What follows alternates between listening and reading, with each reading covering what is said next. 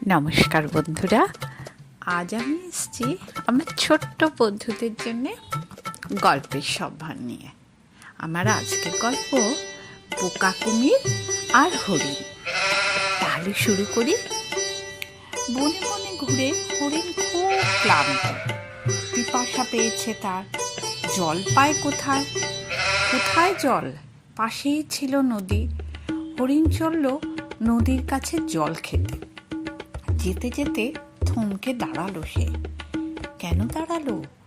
হরিণ জানে নদীতে কুমির আছে, পাড়ের কাছাকাছি লুকিয়ে চুরিয়ে আছে জলের তলায়। যেই নামবে জল খেতে কুমির অমনি। কুমির কি করবে শুনি? কি আর করবে, খপাত করে পাটা ধরে নিয়ে যাবে জলের তলায় আর তাকে খেয়ে ফেলবে। হরিণ তাহলে জল খাবে কি করে? হরিণ মনে মনে একটা মতলব আছে। দেখি তো নদীর জলটা কি সত্যি সত্যি গরম? আমি বরং আগে ভাগে পা ডুবিয়ে দেখে নিতে চাই, তারপর খেতে হয় খাবো। কি করলো তারপর হরিণ? যেটা বলল সেটা না করে মুখে করে একটা লাঠি নিয়ে তার অন্য প্রান্তটা জলের মধ্যে রাখল। যেই না রাখা, খপাত করে লাঠিটা কুমির নিয়ে গেল একেবারে জলের তলায়।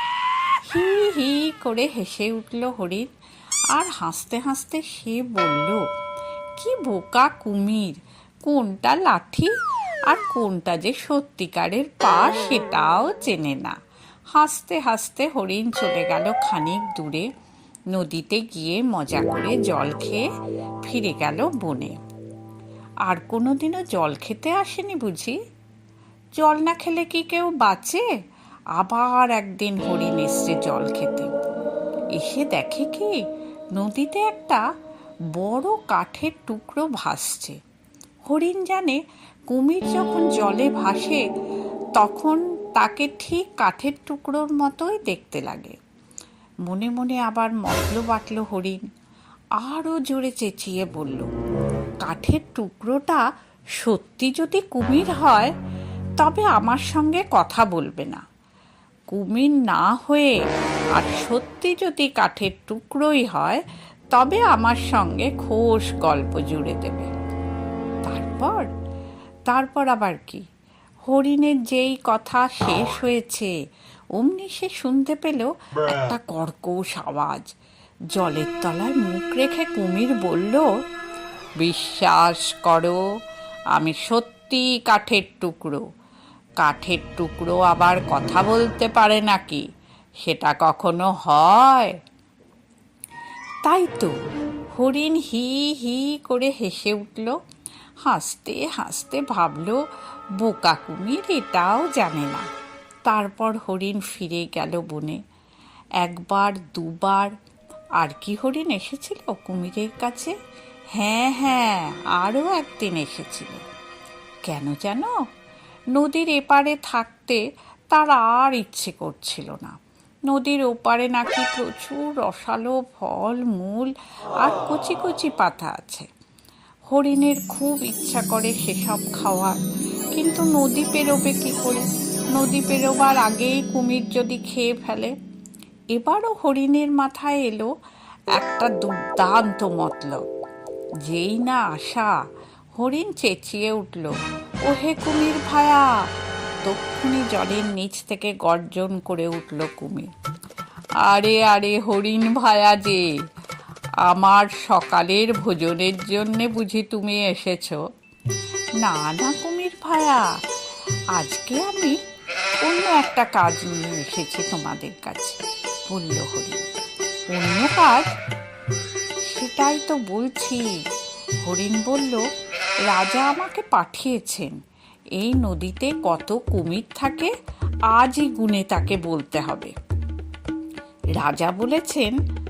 খানিকটা ভয় পেয়েই কুমির বলল, আমাদের কি করতে হবে শুনি? তেমন কিছুই না, তোমরা সব কুমির নদীর এপার থেকে ওপার পর্যন্ত সার দিয়ে ভেসে থাকো। আমি 1 2 3 4 করে পরপর সব গুনে নেব। কুমির চলে গেল তার পরিবারের লোকজনদের খবর দিতে। তারপর একে একে পাড়া পড়শি বন্ধু বান্ধব যত ছিল সবাইকে খবর দিয়ে জড়ো করে সার দিয়ে ভেসে থাকতে বলল। সবাই হাজির। হরিণ বলল, এবার গোনা শুরু করি। হরিণ একটা করে কুমিরের পিঠে লাফায় আর বলে 1, তার পরেরটার পিঠে উঠে পড়ল 2, এমনি করে 3, 4, 5, যতক্ষণ না হরিণ নদীর ওপারে নামলো। গোনা থামতেই কুমির চিৎকার করে উঠল, গোনা শেষ হয়েছে। হরিণ বলল, হ্যাঁ হ্যাঁ, তোমরা সত্যি সত্যিই অনেক। কিন্তু কি? কুমির বলল, আসলে তোমরা বোকার হদ্দ। কথাগুলো বলে গান গাইতে গাইতে হরিণ চলল নতুন বনের খোঁজে। আমার গল্পটাও শেষ হলো, নটে গাছটাও মুড়লো।